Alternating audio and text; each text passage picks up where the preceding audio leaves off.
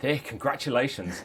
Thank you so much. This is insane. How does it feel to describe yourself as an Olympic champion? Oh, it feels surreal. I mean, third time's the charm. It didn't happen in Rio, didn't happen in Tokyo, but boy, did Paris love me and I loved it back. So, And the first ever medalist for Dominica, and a gold as well. yeah, I mean, if you're going to get a medal, get the medal, right?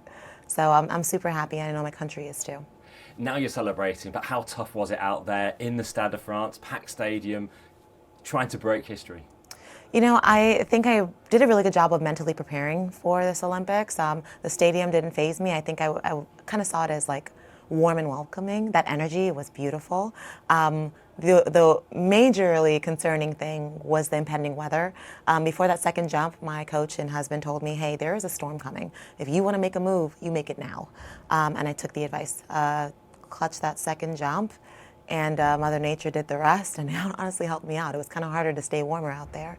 But at the end of the day, we did the work. We made the moves when it mattered, and we got the outcome we could have only dreamed of.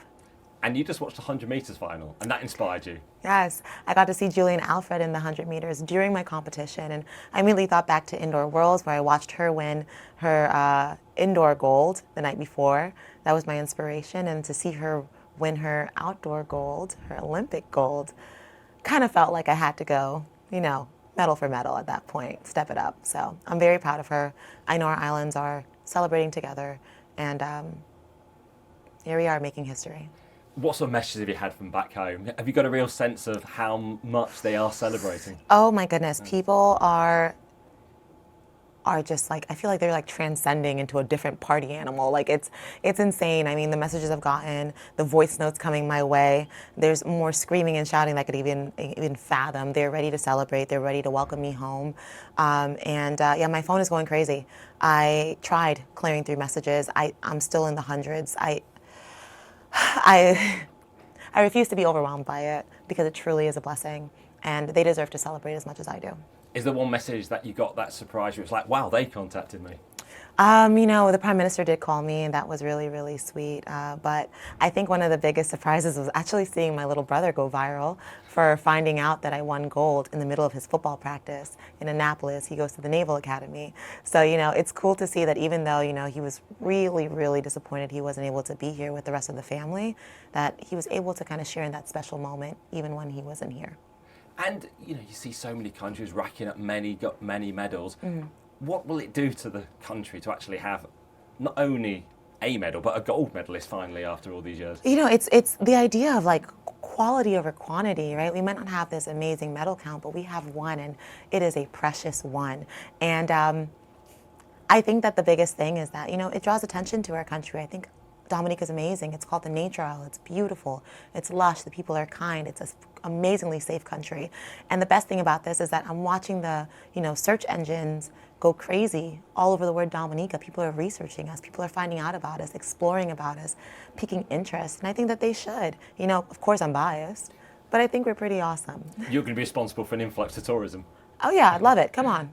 Bring the kids. It'll be fun. I mean, and also the fact it's a moment for the Caribbean as well, St. Lucia as well. You're saying getting to celebrate with Julian. What sort of a special moment it is for the Caribbean as a whole? Oh, it's massive. We're talking about little islands, small populations, without the resources as maybe USA or even Jamaica or Europe, where roses are almost being grown from concrete, and it's fabulous. It shows that we have the potential. We just need to nurture it. Is that hoping for more athletics facilities now? Yeah, absolutely. I think that there are plethora of amazing talent, amazing athletes in these small islands, and we just need to give them the place to explore their talents. And these are the first Olympics as well where you get prize money as an athlete as well, $50,000. Yeah. Obviously it's about the medal, but is that something that you've also felt is important to be rewarded? Absolutely. Let's not get this twisted. It is always lovely to be paid.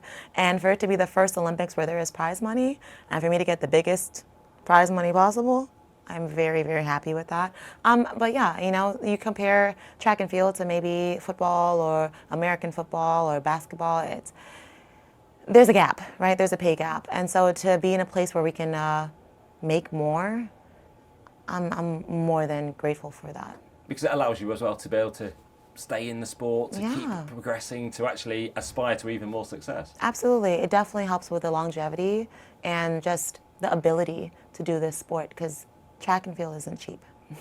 So how were the celebrations last night? How late? It looked pretty late on Instagram. Yeah, it was quite late. I mean, so much of the celebration was happening while I was waiting to do a press conference or waiting to do my drug tests and such. I think I left the stadium closer to 1 in the morning. So, you know, I maybe wasn't out at a bar or like with my family immediately, but I sure was seeing the videos of them celebrating on my behalf and my country celebrating on my behalf. And, you know, that's worth it. That's so worth it, because like I said, everyone that's helped support me and cheered me on through this entire journey deserves to celebrate as loudly as I am right now. Were you sitting just watching all those videos then? Oh, absolutely.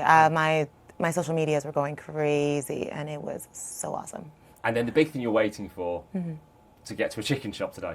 Yes, that's a major thing, you know. I just got slipped some ice cream in between, you know, conversations, which I'm grateful for. I got a little sugar rush. But yeah, I've been eating like, you know, grilled and baked chicken and turkey and vegetables and fruit for, I kid you not, exclusively for over a month and a half. So to get something fried would be divine, you know. You can let go a bit. And of course, we are speaking to you before you're getting your medal. Yeah. You've barely, not had time for that yet. What's it going to be like to have that medal around your neck? And are you expecting a big homecoming celebrations? Any indication? Parade through the streets? I have a feeling that there is something brewing. We haven't gone into full detail. I think I'm just excited to get my hands on that medal and, you know, have the physical hardware and proof of our hard work in hand.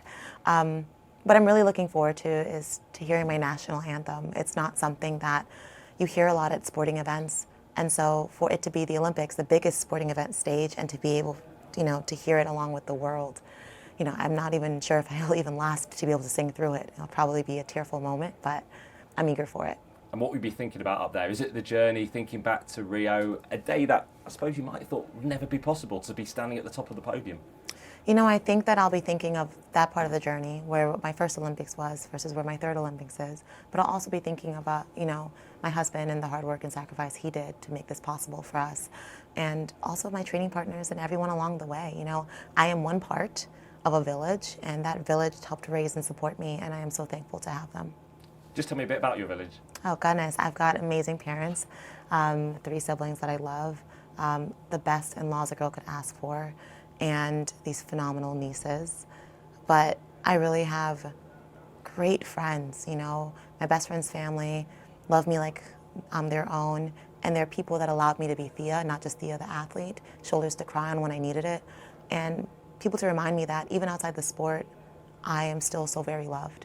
And I think sometimes you need that to be grounded and to remind it that while this sport is amazing and moments like this are phenomenal, that even without all of this, you're still an amazing person. So if you name your village, what's your message to them? For anyone watching this back home? Oh my God, my message is thank you. This is for all of us.